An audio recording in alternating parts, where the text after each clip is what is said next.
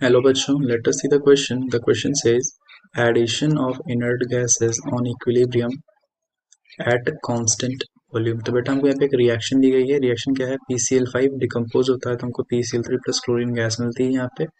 And पूछा गया है इस रिएक्शन में कांस्टेंट वॉल्यूम पर अगर हम क्या करते हैं, ऐड करते हैं इनर्ट गैस, तो यहाँ पे फिर क्या होगा? यहाँ पे जो इक्विलिब्रियम होगा उस पर क्या चेंज आएगा? तो बेटा यहाँ पे जो की कंसेप्ट होगा इस क्वेश्चन के लिए वो क्या होगा?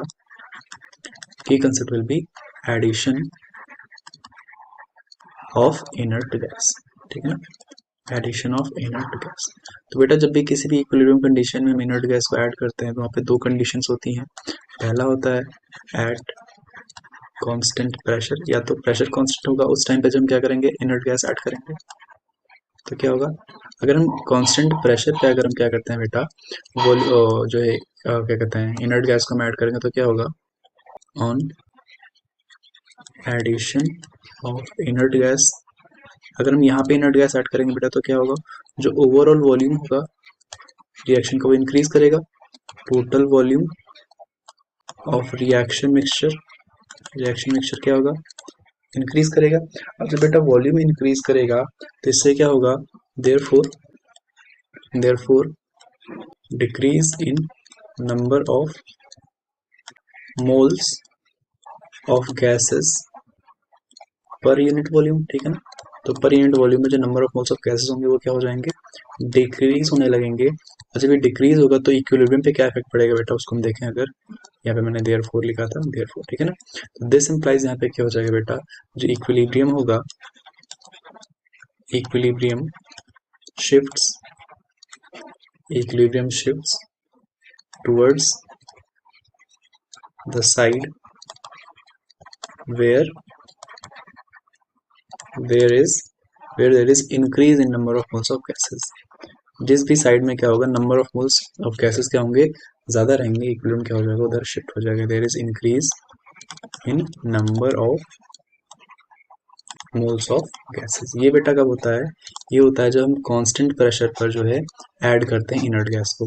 वही ऑन द अदर हैंड अगर हम बात करें एडिशन, जो क्वेश्चन में दिया गया है हमें, क्वेश्चन में दिया गया बेटा क्या, कि हम ऐड कर रहे हैं इनर्ट गैस, तो इनर्ट गैस तो हम ऐड कर रहे हैं, बट यहाँ पे क्या कर रहे हैं, addition of inert gas at constant volume. हम कांस्टेंट वॉल्यूम पे ऐड कर रहे हैं, मतलब वॉल्यूम चेंज नहीं हो रहा है, हम ऐसे इनर्ट गैस पे ऐड कर रहे हैं।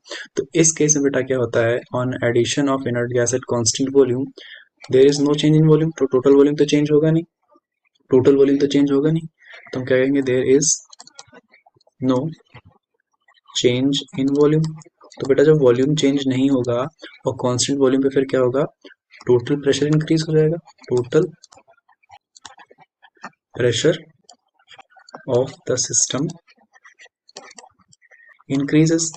ठीक है ना बेटा, और जब टोटल प्रेशर इंक्रीज होगा तो यहाँ पे क्या होगा, इससे जो है क्या होता है बेटा, कोई यहाँ पे चेंज नहीं होता है, क्योंकि हाउएवर हम क्या बोलेंगे, टोटल प्रेशर तो इंक्रीज हो जाता है, बट हम लिखेंगे यहाँ पे however it does not have the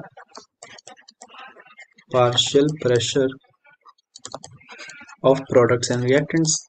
ठीक है ना, उनपे कोई इनका इफेक्ट नहीं पड़ता है प्रोडक्ट्स एंड रिएक्टेंट्स पे। तो हम देयरफॉर क्या बोलेंगे बेटा यहाँ पे, देयरफॉर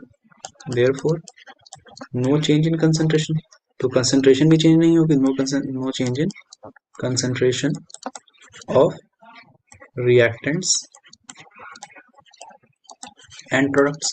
तो जब बेटा कंसंट्रेशन ही नहीं चेंज होगी रिएक्टेंट्स और प्रोडक्ट्स की, तो वहां पे फिर क्या होगा, जो इक्विलिब्रियम कांस्टेंट होगा उस पर कोई इफेक्ट नहीं पड़ेगा। तो therefore no effect on equilibrium constant. इसको कैसे लिखते हैं, के इक्विलिब्रियम से लिखते हैं, ऑन एडिशन ऑफ